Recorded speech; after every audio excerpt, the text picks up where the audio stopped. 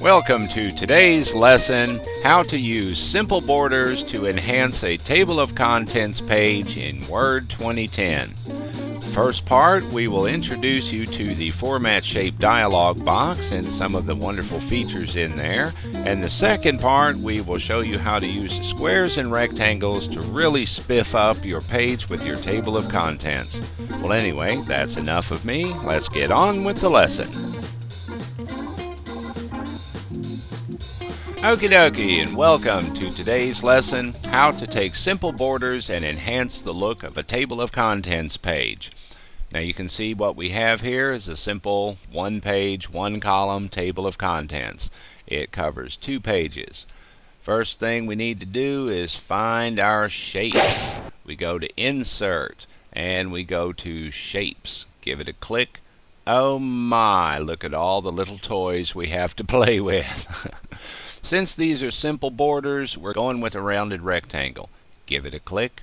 Cursor will turn to a plus. Now up in a small corner, hold down the left mouse and start dragging. The shape will itself. Let go. You just want a little one at first. We got to set this up. Go up here to Drawing Tools, Format. First thing you do, you go over to Wrap Text and go to Behind Text.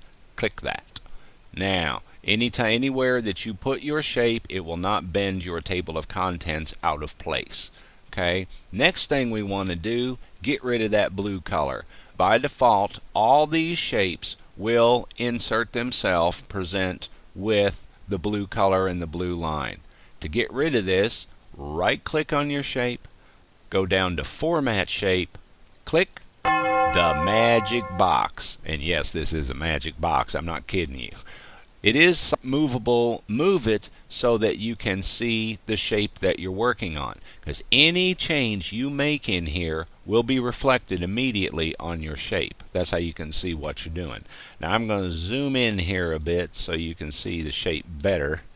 Slide over. Okay, first things first, get rid of the blue. We go with Fill. On the top, Fill, Solid Fill, and this is our color. Click Color, and we're going with white. And you see white on white makes it look transparent. Next thing, Line Color. Okay, click that. You could go with no line, but that defeats the purpose of this entire video. Solid Line, Color, right down here. Give it a click. If you're printing in color, choose any one that tickles your fancy. I'm printing in black and white, so I'm going with black. Line Style. Now this is how you determine the thickness or thinness, width. The bigger the number, the fatter and thicker the line is going to be. The smaller the number, the skinnier the line becomes. Now we come to Shadow. Let's put a little depth on this. All of these choices do not activate until you choose a preset and then you modify to taste. I'm going to do 2 shadows. First, the outer, and then I'll show you the inner. Never underestimate the power of an inner shadow. Let's go with outer down in the right hand side. There we go. Now all our choices are active.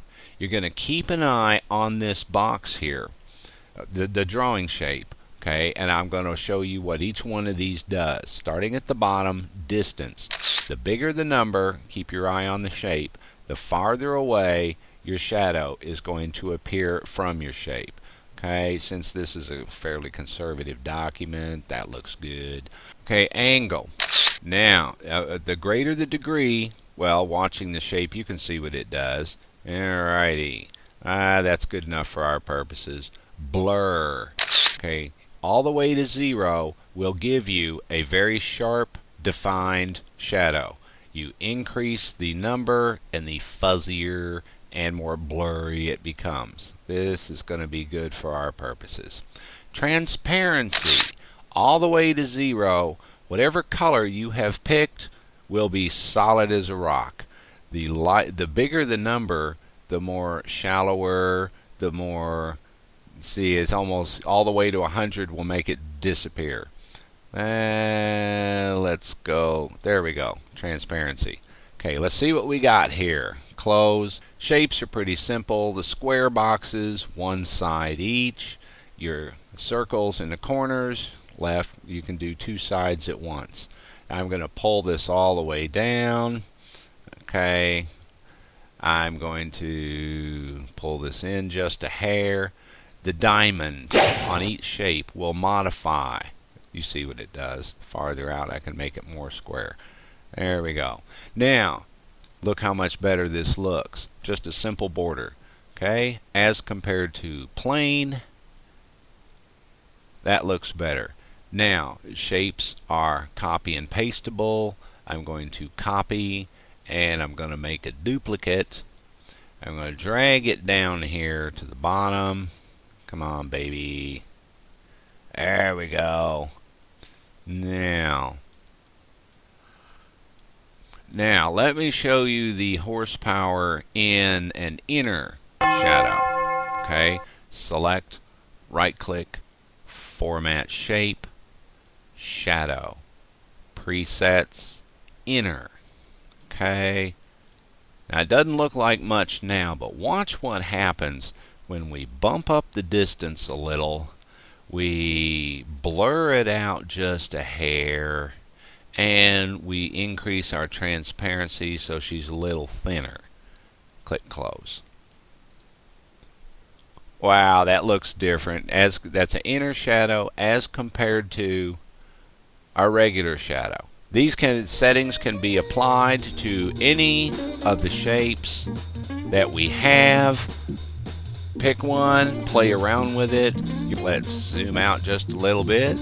There's one table of contents with an inner shadow. Here's our other table of contents with an outer shadow. Just one simple border and your table of contents page can look really nice and really professional. Well, that's enough of me. That's how you do it. And please do have fun with your new toy.